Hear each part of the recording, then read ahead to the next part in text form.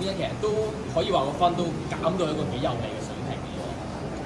其實去翻佢個競爭嘅水平啦，因為佢始終已經係大翻啲啦，咁就3班隊嚟講佢就即係唔係話太過競爭力唔係太強啦。而家落到去應該同埋今次嗰個檔位啊，同埋嗰個賽事嘅形式模式啊，對佢都好符合佢個跑法咯。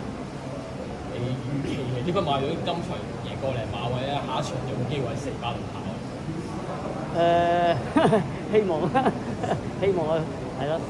因為如果萬一真係始終如果佢係 keep 住喺4班，其實你都對佢攞連接嘅機會仲樂觀嚟㗎。下一場可以再跑。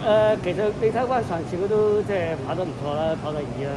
咁其實佢4班當然係有個競爭嘅優勢啦。咁當然好視乎每一次嘅即係賽事啊，佢排咩檔啊，同埋嗰個其他嘅對手個點跑法啊，呢個係好關鍵嘅對佢嚟講。咁呢場馬因為有好快嘅步速啦，佢沿途 travel 得好舒服，咁所以亦都發揮到佢最好嘅嗰一面咯。